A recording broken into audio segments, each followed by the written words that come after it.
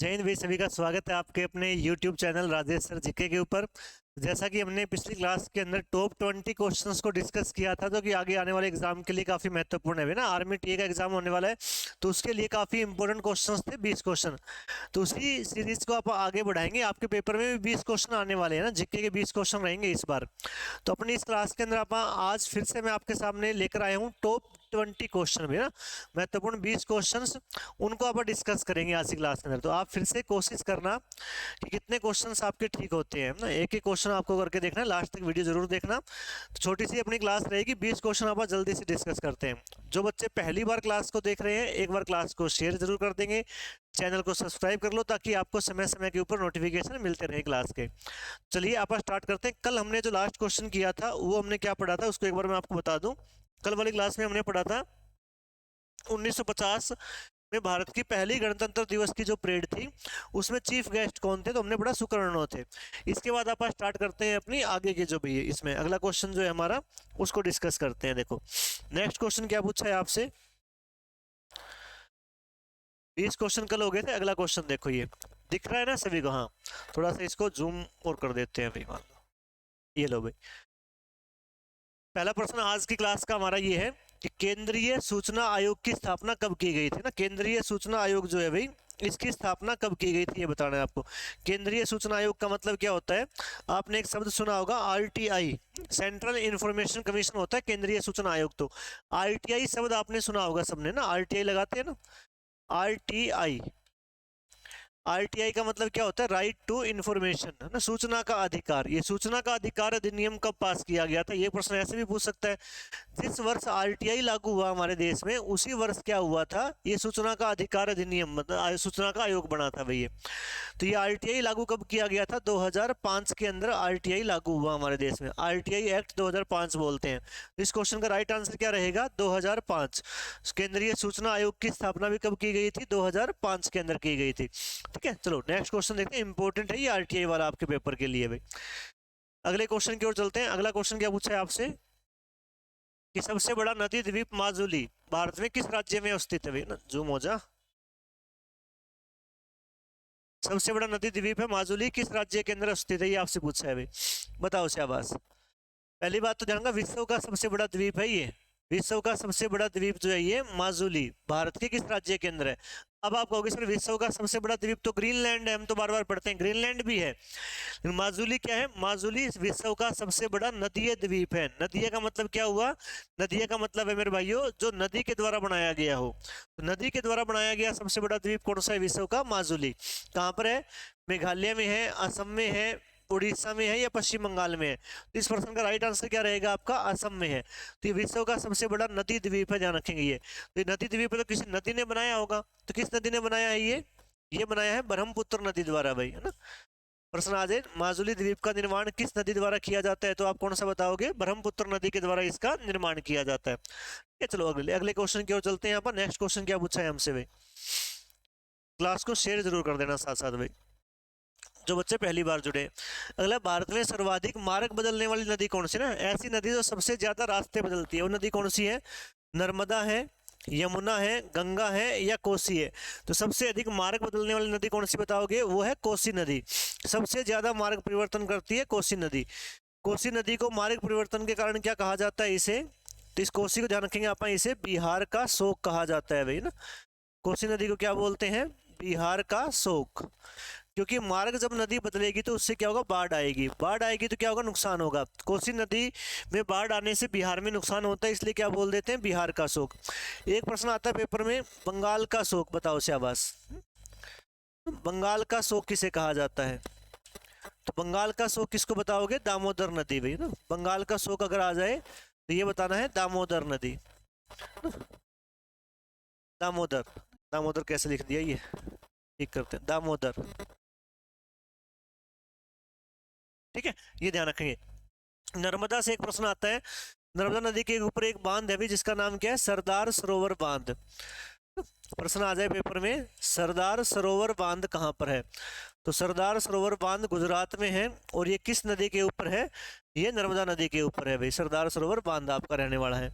यमुना नदी के किनारे हमारे देश की राजधानी स्थित है जिसका नाम क्या है, दिल्ली। ना, यमुना नदी के किनारे हमारे देश की राजधानी दिल्ली स्थित है भाई।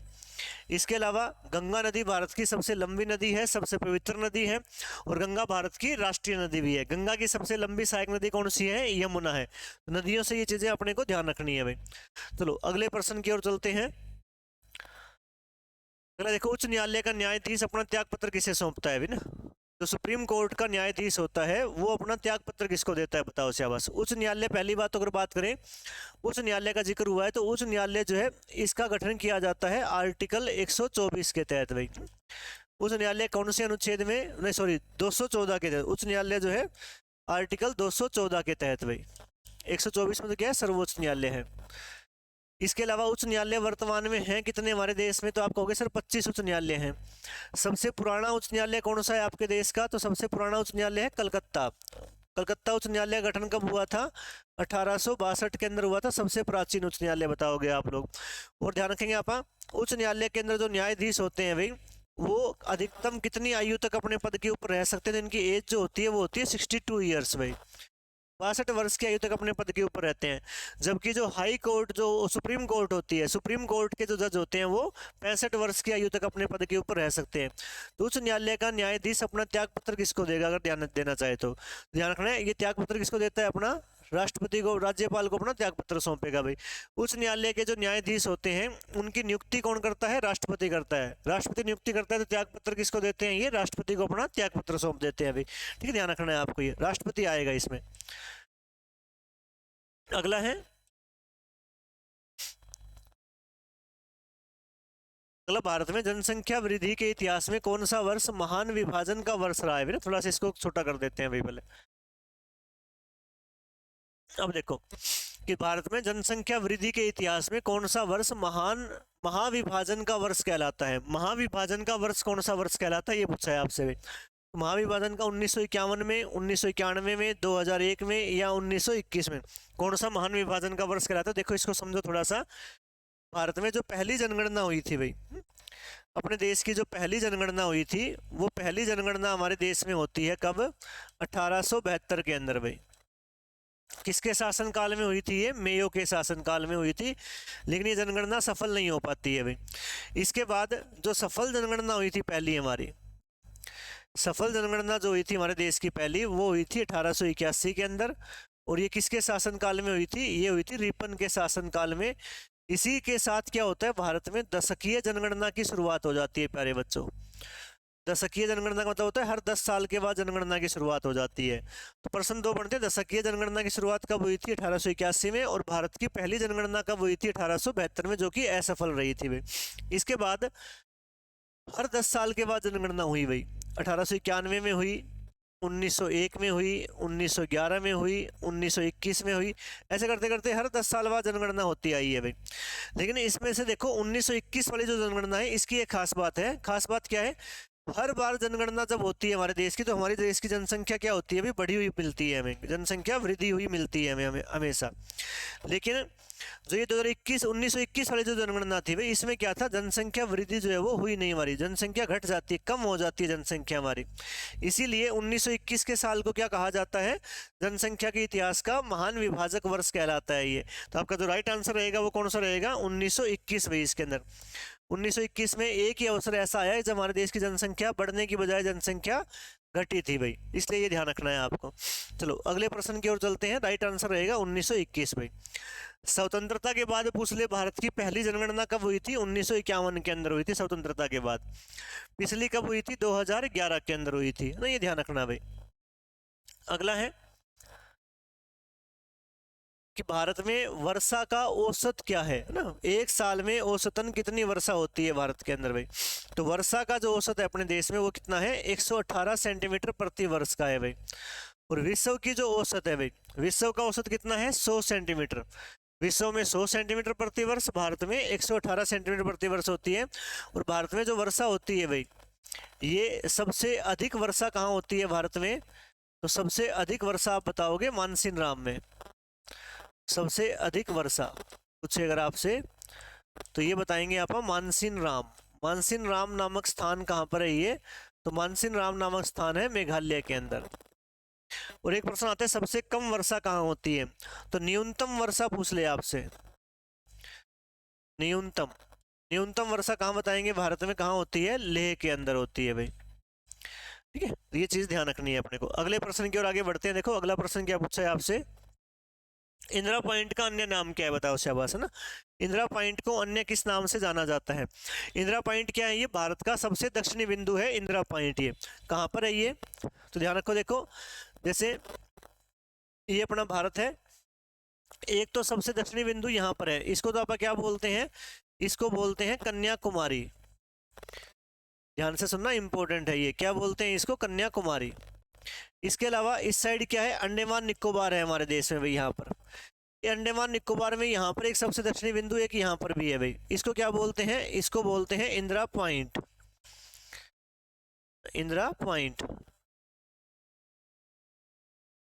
ये ध्यान रखेंगे आप। कन्याकुमारी जो है ये तो मुख्य भूमि का सबसे दक्षिणी बिंदु है, और इंदिरा पॉइंट जो है ये पूरे भारत का, अंडमान निकोबार भी क्या है, ये भारत का हिस्सा ही है भाई।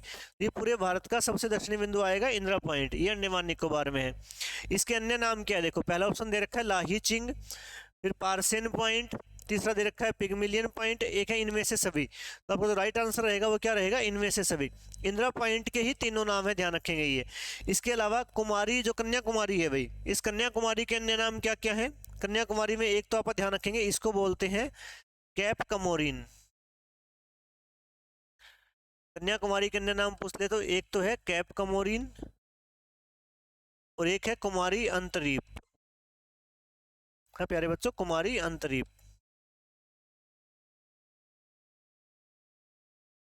कैप कमोरिन और कुमारी अंतरीप, ये कुमारीन है ये कैप कमोरिन और कुमारी अंतरीप, ये कन्याकुमारी के नाम हो जाते हैं, ध्यान रखना है आपको। तो भारत का सबसे पश्चिमी बिंदु जो है वो इस साइड वाला, ये कौन सा हो जाएगा, ये हो जाएगा गौरमाता, गुजरात के अंदर। और भारत का सबसे पूर्वी बिंदु जो है इस साइड, इसका नाम है किवीथू। किवीथू, और ये किवीथू कहाँ पर है, अरुणाचल प्रदेश में। और सबसे उत्तरी जो है, सबसे ऊपर वाला हिस्सा जो है ये है इंदिरा पॉइंट, इंदिरा कोल। इंदिरा कोल कहाँ पर है, लद्दाख के अंदर। तो चारों स्थान ध्यान रखने हैं अपने को भाई। ठीक है, अगले क्वेश्चन की ओर आगे बढ़ते हैं। देखो अगला क्वेश्चन क्या पूछा आपसे, आगे है, किस वर्ष स्वामी विवेकानंद ने विश्व धर्म संसद में भाग लिया था। विश्व धर्म संसद में स्वामी विवेकानंद ने कब भाग लिया था, 1893, 1995, 1897, 1899। विश्व धर्म सम्मेलन की अगर आप बात करें तो विश्व धर्म सम्मेलन हुआ कहां पर था, पहला ये प्रथम विश्व धर्म सम्मेलन हुआ था शिकागो के अंदर, शिकागो। और शिकागो जो है ये है कहाँ पर, शिकागो है अमेरिका, यूएसए के अंदर पहला विश्व धर्म सम्मेलन बुलाया गया था। इस विश्व धर्म सम्मेलन में भारत का प्रतिनिधित्व किया था स्वामी विवेकानंद ने, और कब किया था ये, 1893 के अंदर किया था भाई। तो प्रथम विश्व धर्म सम्मेलन में भारत की ओर से विवेकानंद जी ने भाग लिया था, ये भी आपको ध्यान रखना है। चलो अगले प्रश्न की ओर आगे बढ़ते हैं। अगला क्या है, देखो अगला है, अरावली एवं विंध्यन श्रृंखलाओं के मध्य कौन सा पठार है ना, कौन सा पठार अरावली और विंध्यन के बीच में है। अब ये अरावली और विंध्यन कहाँ पर है, ये मान लेते हैं अपना भारत है। इस भारत में अरावली की पहाड़ियाँ कहाँ होंगी, तो इस तरह से यहाँ ये अरावली की पहाड़ियाँ फैली हुई हैं भाई, इस तरह से। और भारत के लगभग बीचों बीच भाई, बीचों बीच जो है यहाँ पर ये विंध्यन की पहाड़ियाँ हैं, मानो लगभग इस तरह से। इन दोनों के बीच में यहाँ पठार कौन सा है, तो ये पठार जो है ये क्या कहलाता है, मालवा का पठार कहलाता है भाई, मालवा। अब देखो ऑप्शन देखो, प्रायद्वीपीय पठार तो किसको बोलते हैं, ये जो हिस्सा है भाई इसको प्रायद्वीपीय पठार बोलते हैं। ये सारा प्रायद्वीप है। प्रायद्वीप किसको बोलते हैं, जिसके तीन साइड पानी हो, भी भूमि का ऐसा भाग जो तीनों ओर से पानी से घिरा हुआ होता है, वो क्या कहलाता है, प्रायद्वीप। तो ये प्रायद्वीपीय पठार तो ये हो गया विंध्यन के नीचे भाई। दक्कन का पठार भी इसी को ही बोलते हैं, जो यहाँ पर महाराष्ट्र के अंदर है भाई। छोटा नागपुर का पठार कहाँ पर है, यहाँ इस साइड झारखंड के अंदर है भाई, ये भारत का रूर कहलाता है छोटा नागपुर का पठार। तो बचा ऑप्शन कौन सा, मालवा का पठार यही होगा, यहाँ पर अरावली की पहाड़ियों के नजदीक में। ठीक है, तो ये चीज ध्यान रखना। छोटा नागपुर वाला क्वेश्चन भी आता है, छोटा नागपुर का पठार पूछे कहाँ पर है, तो ये आपको ध्यान रखना, ये झारखंड के अंदर है भाई, और इसे भारत का रूर कहा जाता है ना, भारत का रूर कहेंगे इसको। इसके अलावा दक्कन का जो पठार है भाई, ये भारत का सबसे बड़ा पठार है। तो भारत का सबसे बड़ा पठार पूछे, दक्कन का पठार बताओगे, महाराष्ट्र, छत्तीसगढ़, इन राज्यों में फैला हुआ है भाई ये। चलो अगले क्वेश्चन की ओर चलते हैं। अगला क्वेश्चन क्या है, देखो अगला है निम्नलिखित में से भारत के किस राज्य की सीमा म्यांमार से नहीं लगती है ना, म्यांमार के साथ किस राज्य की सीमा नहीं लगती। म्यांमार देखो, पहले तो म्यांमार है कहाँ पर, तो ये भारत है मान लो हमारा, इसमें इस साइड क्या है ये देश, ये म्यांमार है भाई, ऊपर की ओर ये मतलब पूर्व की ओर ये म्यांमार। पुराना नाम क्या था इसका, म्यांमार को ही क्या बोलते थे पहले, बर्मा बोल देते थे। इस साइड बाउंड्री के ऊपर जो राज्य हैं हमारे, ये 4 राज्य हैं यहाँ पर भाई, साइड पूर्व की साइड ये 4 राज्य हैं। कौन कौन से, यहाँ अगर मैं लिखूं, सबसे ऊपर तो है अरुणाचल प्रदेश भाई, इस साइड होकर लिख देते हैं मान लो, सबसे ऊपर कौन है, अरुणाचल प्रदेश। उसका नीचे आता है नागालैंड, बाद में आता है नीचे मणिपुर, और मणिपुर के बाद चौथा आ जाता है मिजोरम। ये 4 ऐसे राज्य हैं जिनकी बाउंड्री लगती है भाई म्यांमार के साथ, चारों सीमा पर स्थित है ये। याद करने के लिए पहला पहला अक्षर भी याद कर सकते हो आप लोग। पहला जैसे ये अरुण है, अरुण ने मणि के मजे लिए ना, ऐसे याद कर लो, अरुण ने मणि के मजे लिए। तो जो चारों राज्य हैं जिनकी सीमा म्यांमार के साथ लगती है, उनको याद करने की आसान सी ट्रिक है, अरुण ने मणि के मजे लिए है ना, अरुण ने मणि के मजे लिए मतलब अरुणाचल प्रदेश, न से नागालैंड, मणि से मणिपुर, मजे से मिजोरम, चारों राज्य आपको याद रह जाएंगे भैया। तो अब देखो पूछा क्या था, किस राज्य की सीमा म्यांमार के साथ नहीं लगती, तो मणिपुर की लगती है, नागालैंड की लगती है, अरुणाचल प्रदेश की लगती है, असम आपका जो है ये राइट आंसर हो जाएगा, असम की सीमा नहीं लगती है भाई इसके साथ। चलो अगले क्वेश्चन की ओर देखो, क्या पूछा है आपसे भाई। अगला प्रश्न है, भारत की पहली यूरेनियम खदान किस स्थान पर स्थित है। पहली यूरेनियम की खान कहाँ पर, यूरेनियम किस काम आता है भाई, ये परमाणु ऊर्जा उत्पन्न करने के लिए यूरेनियम का प्रयोग किया जाता है। भारत में यूरेनियम की जो पहली खान खोदी गई थी वो कौन सी थी, जादूगोड़ा। ये प्रश्न आर्मी में पहले पूछा भी जा चुका है, जादूगोड़ा, जादूगोड़ा ध्यान रखेंगे कहाँ पर है ये है झारखंड के अंदर। भारत की पहली यूरेनियम की खान थी, और जादूगोड़ा प्रसिद्ध है यूरेनियम के लिए, ये भी ध्यान रखेंगे आप। और ये 1967 में 1967 के अंदर यूरेनियम की खान यहाँ पर खोदी गई थी भाई, है ना। भारत में कोयले की खान पूछ ले आपसे, ध्यान रखना, कोयले की पहली खान, तो ये कहाँ खोदी गई थी, ये खोदी गई थी रानीगंज के अंदर। कोयले की पहली खान रानीगंज के अंदर खोदी गई थी। रानीगंज कहाँ पर है, ये रानीगंज है पश्चिम बंगाल में। तो प्रश्न आ जाए रानीगंज किसके लिए प्रसिद्ध है, तो ये आप किसके लिए बताओगे, कोयले के लिए प्रसिद्ध है ना। 1774 के अंदर कोयले की पहली खान खोदी गई थी भारत में भाई। पेट्रोलियम जो है भाई, पेट्रोलियम की पहली आपसे पूछते कुआं, पेट्रोलियम का पहला कुआं कहाँ खोदा गया था भारत के अंदर, ये आप बताओगे डिगबोई में। पेट्रोलियम का कहाँ बताएंगे, डिगबोई। और डिगबोई कहाँ पर है प्यारे बच्चों, डिगबोई है असम के अंदर, जिसको आप आजकल असम बोल देते हैं। ये भी आपको ध्यान रखना है, पेट्रोलियम पूछे तो डिगबोई, कोयला पूछे तो रानीगंज, और यूरेनियम पूछे तो जादूगोड़ा झारखंड के अंदर, है ना। चलो अगले प्रश्न की ओर आगे बढ़ते हैं। अगला क्या पूछा है आपसे, देखो अगला है ताबो मठ किस राज्य में स्थित है। ये मठ जो होते हैं किस धर्म से संबंधित है, ये मठ जो होते हैं ये बौद्ध धर्म से संबंधित है ना। बौद्ध धर्म के संस्थापक कौन थे, महात्मा बुद्ध, या जिनका बचपन का नाम क्या था, सिद्धार्थ। तो ताबो मठ कहाँ पर है, हिमाचल प्रदेश में, जम्मू कश्मीर में, सिक्किम में, या अरुणाचल प्रदेश में। तो ताबो मठ ध्यान रखेंगे फेमस है, ये कौन से राज्य में बताओगे, हिमाचल प्रदेश। हिमाचल प्रदेश से ध्यान रखेंगे, हिमाचल प्रदेश की राजधानी का नाम क्या है, शिमला। हिमाचल प्रदेश की राजधानी शिमला। और एक इसी में हिमाचल प्रदेश में एक पर्वतीय स्थान और है जिसका नाम है धर्मशाला। धर्मशाला जो है, इस धर्मशाला में ही बौद्ध धर्म के जो गुरु हैं दलाई लामा वो रहते हैं वे। तो हिमाचल प्रदेश से जाना, जम्मू कश्मीर की राजधानी क्या है, श्रीनगर, सिक्किम की गंगटोक, अरुणाचल प्रदेश की राजधानी ईटानगर। तो ये चीजें ध्यान रखनी है हमें। अगला देखो आगे क्या पूछा आपसे।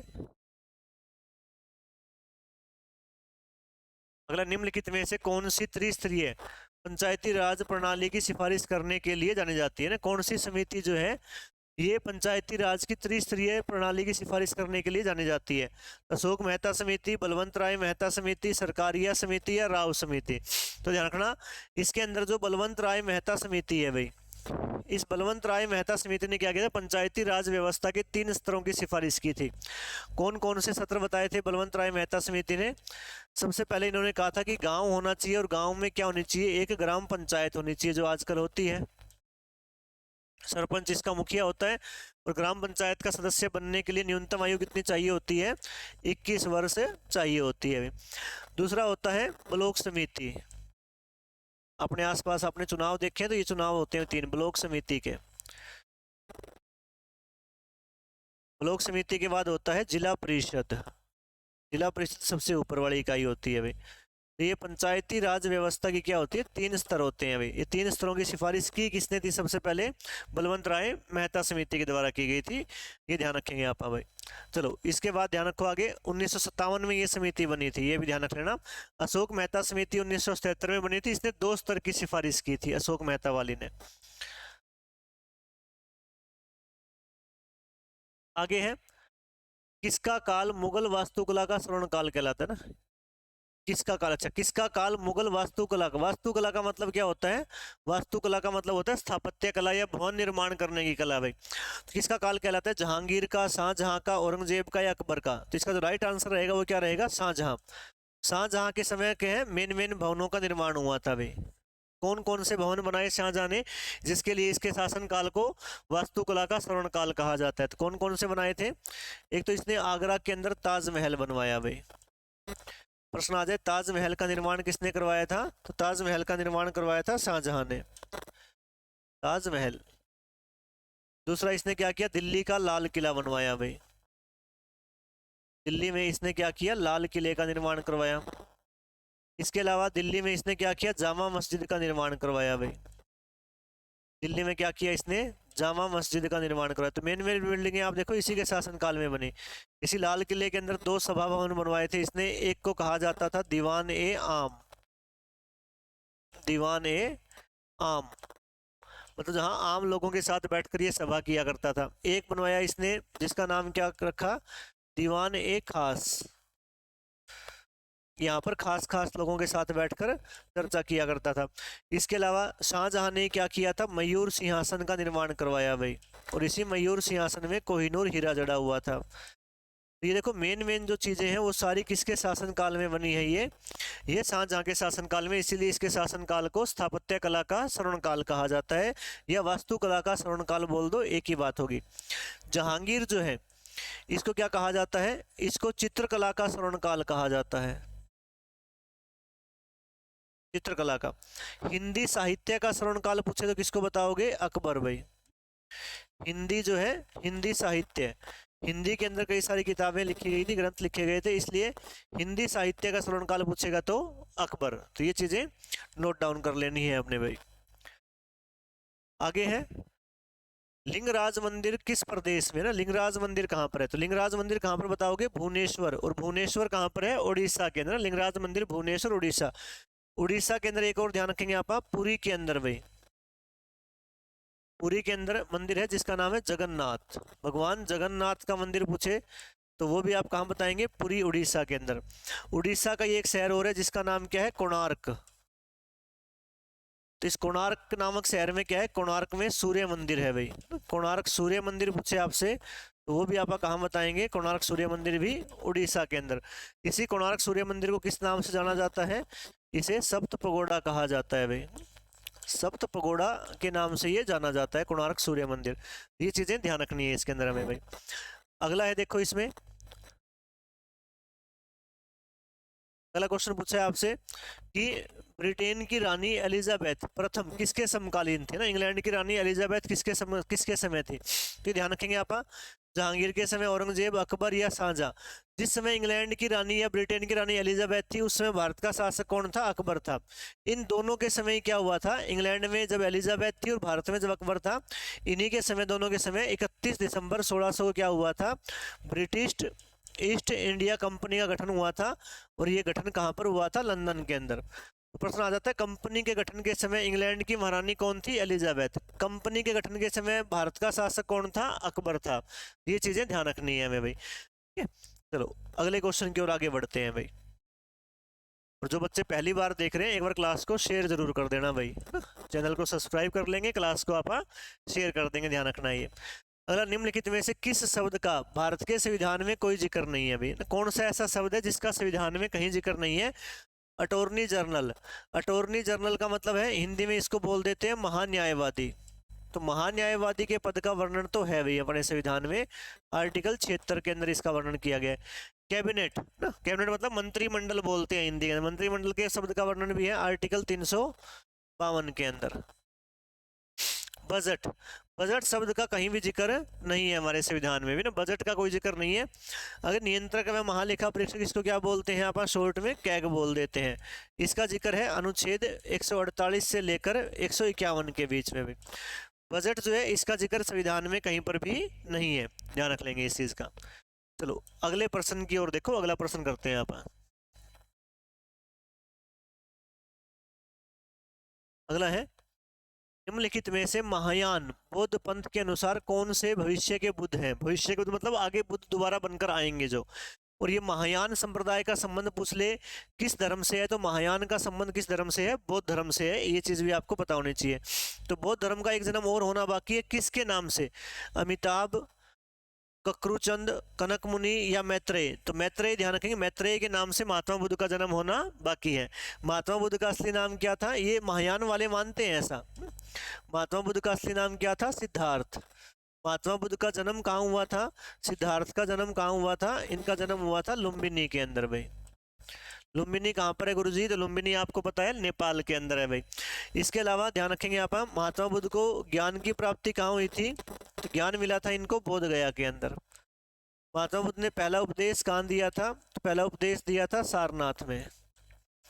कितने वर्ष की आयु में घर छोड़ा? तो गुरुजी इन्होंने तो 29 साल की उम्र में घर छोड़ दिया था। कितने साल तपस्या की? तो गुरुजी 6 साल तक तपस्या की। 6 साल में ज्ञान की प्राप्ति हुई इनको।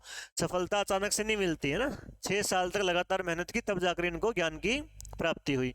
मृत्यु कहाँ होगी गुरुजी बाद में? इनकी मृत्यु हुई थी कुशीनगर में, एक जगह है कुशीनगर। कुशीनगर में इनका देहांत हो जाता है, महापरिनिर्वाण बोल देते हैं इसको। तो ये चीजें इनसे ध्यान रखनी है अपने को। चलो अगले प्रश्न की ओर देखते हैं आगे। अगला क्या है? भारतीय संविधान के किस अनुच्छेद के तहत लोकसभा में अनुसूचित जाति, अनुसूचित जाति का मतलब होता है एससी, और जनजाति, जनजाति का मतलब एसटी, शेड्यूल कास्ट और शेड्यूल ट्राइब्स भाई, के लिए आरक्षण दिया गया है ना। तो जो सीटें आरक्षित होती हैं लोकसभा के अंदर, कुछ एससी के लिए और कुछ एसटी के लिए, वो कौन से अनुच्छेद के तहत आरक्षित की गई है? तो ध्यान रखेंगे आप, कौन से अनुच्छेद के तहत की गई? 330 के तहत। अनुच्छेद 330 के तहत क्या किया गया है? ये कहा गया है कि 84 सीटें वर्तमान में किसके लिए रिजर्व होंगी? एससी के लिए, और 47 सीटें जो है ये एसटी के लिए रिजर्व होंगी। लोकसभा की अगर आप बात करें तो लोकसभा का जो वर्णन किया गया है ये आर्टिकल 81 के अंदर लोकसभा का वर्णन किया गया है। और लोकसभा में अधिकतम कितने सदस्य हो सकते हैं? 550, लेकिन वर्तमान में कितने हैं? 543। लोकसभा का कार्यकाल कितना होता है? तो लोकसभा का कार्यकाल होता है 5 वर्ष का। लोकसभा का सदस्य बनने के लिए न्यूनतम आयु, एज कितनी चाहिए होती है? 25 वर्ष चाहिए होती है। एज 25 वर्ष जरूरत होती है लोकसभा के लिए। और लोकसभा को कौन भंग कर सकता है? तो प्रधानमंत्री की सलाह पर राष्ट्रपति के द्वारा लोकसभा को भंग किया जा सकता है। इसके अलावा लोकसभा में कोई भी सदस्य राष्ट्रपति के द्वारा मनोनीत नहीं किया जाता। पहले 2 सदस्य लोकसभा के अंदर मनोनीत किए जा सकते थे आंग्लो भारतीय, वर्तमान में एक भी नहीं किया जाता है। तो इस चीज का भी आपको ध्यान रख लेना है ना, इसमें कंफ्यूज नहीं होना है। और लोकसभा के जो चुनाव है भाई वो पहले कब हुए थे? 1952 के अंदर हुए थे। सभी चुनाव 1952 में ही हुए भारत के अंदर। अभी कुछ समय पहले हाल ही में कौन सी लोकसभा के लिए चुनाव हुए हैं? तो आप बताओगे 18वीं लोकसभा के लिए चुनाव हुए थे अभी 2024 से लेकर 29 तक का 5 साल का कार्यकाल है 18वीं लोकसभा का। 18वीं लोकसभा में अध्यक्ष कौन है इस समय? तो ओम बिरला इसके अध्यक्ष है। पहले अध्यक्ष लोकसभा के जो थे वो जीवी मावलंकर या गणेश वासुदेव मावलंकर थे। और लोकसभा की पहली महिला अध्यक्ष पूछ ले प्यारे बच्चों आपसे तो मीरा कुमार आप लोग बताओगे उसमें, ठीक है। इतनी चीजें लोकसभा से हमें क्लियर होनी चाहिए। चलो आगे बढ़ते हैं अगले प्रश्न की ओर। अगला प्रश्न क्या है? अगला है, सुप्रीम कोर्ट के जजों की संख्या को कौन बदल सकता है ना। सुप्रीम कोर्ट की जजों की संख्या का मतलब क्या होता है? सुप्रीम कोर्ट में कितने जज होंगे, संख्या कौन बढ़ा सकता है या कम कर सकता है, जो भी है। तो ये देखो सुप्रीम कोर्ट की अगर बात करें तो सुप्रीम कोर्ट का वर्णन किया गया है आर्टिकल 124 के अंदर भी, अनुच्छेद 124 में। और सुप्रीम कोर्ट हमारे देश की है कहाँ पर? तो सुप्रीम कोर्ट है हमारे देश की ये दिल्ली के अंदर स्थित है भाई। और सुप्रीम कोर्ट में अधिकतम कितने जज हो सकते हैं? अधिकतम जजों की संख्या पूछ ले आपसे। सुप्रीम कोर्ट में अधिकतम जज हो सकते हैं 34। इन जजों की नियुक्ति कौन करता है? राष्ट्रपति करता है। और ये कितनी एज तक, कितनी आयु तक अपने पद के ऊपर रह सकते हैं? सुप्रीम कोर्ट के जज जो होते हैं 65 वर्ष की आयु तक, 65 ईयर्स की एज तक जो है अपने पद के ऊपर रह सकते हैं भाई। भारत के पहले मुख्य न्यायाधीश कौन थे? हीरालाल जेकानिया। वर्तमान में संजय खन्ना भारत के मुख्य न्यायाधीश हैं। प्रश्न ये है कि इसमें जज कितने हो सकते हैं? अधिकतम जज जो है 34 है। इनकी संख्या को अगर बढ़ाना है तो संख्या को बदल कौन सकता है? तो ध्यान रखेंगे आप, संसद बदल सकती है अभी ना, कानून बनाकर संसद, कानून द्वारा संसद कर सकती है ऐसा काम। राष्ट्रपति, प्रधानमंत्री ऐसे काम नहीं कर सकते। संसद के पास ये अधिकार है जजों की संख्या को घटाना हो या बढ़ाना हो भाई। घटाए तो नहीं जाते, बढ़ाए जाते हैं हमेशा भाई। चलो अगले प्रश्न की ओर आगे बढ़ते हैं। अगला है कि जब तमिलनाडु में पोंगल मनाया जाता है, तो यहाँ से एक प्रश्न तो ये आ जाता है कि पोंगल किस राज्य का प्रसिद्ध त्योहार है? पोंगल किस राज्य का बताओगे? तमिलनाडु का प्रसिद्ध त्योहार है। जब तमिलनाडु में पोंगल मनाया जाता है तब उत्तर भारत में कौन सा त्योहार मनाते हैं अपन? उत्तर भारत में कौन सा मनाएंगे अपन? मकर संक्रांति। संक्रांति आने वाली है थोड़े दिनों के अंदर, तो तमिलनाडु में पोंगल बोलते हैं, उत्तर भारत में उसको मकर संक्रांति बोलते हैं। ठीक है, तो ये आज की क्लास के अंदर ये 20 क्वेश्चन हैं भाई हमारे ना। क्लास कैसी लगी कॉमेंट करके मुझे जरूर बताएंगे, और क्लास को शेयर जरूर कर दो भाई ना। अपनी तैयारी को बनाए रखें, हड़बड़ाने की जरूरत नहीं है, कोई कंफ्यूज होने की जरूरत नहीं है। जो आपने अब तक पढ़ा है उसको रिवाइज करते रहिए, उसको पक्का करते रहिए, दोहराते रहिए, है ना। भगवान सब कुछ सही करेंगे भाई ना। मेहनत की है जिन बच्चों ने, उनकी मेहनत जरूर रंग लेकर आएगी। तो इसी के साथ आप मिलते हैं अपनी अगली क्लास के अंदर। ठीक है, इतने ही बढ़िया क्वेश्चन अगली क्लास के अंदर आप लेकर आएंगे। तब तक के लिए जय हिंद, जय भारत, जय हरियाणा भाई।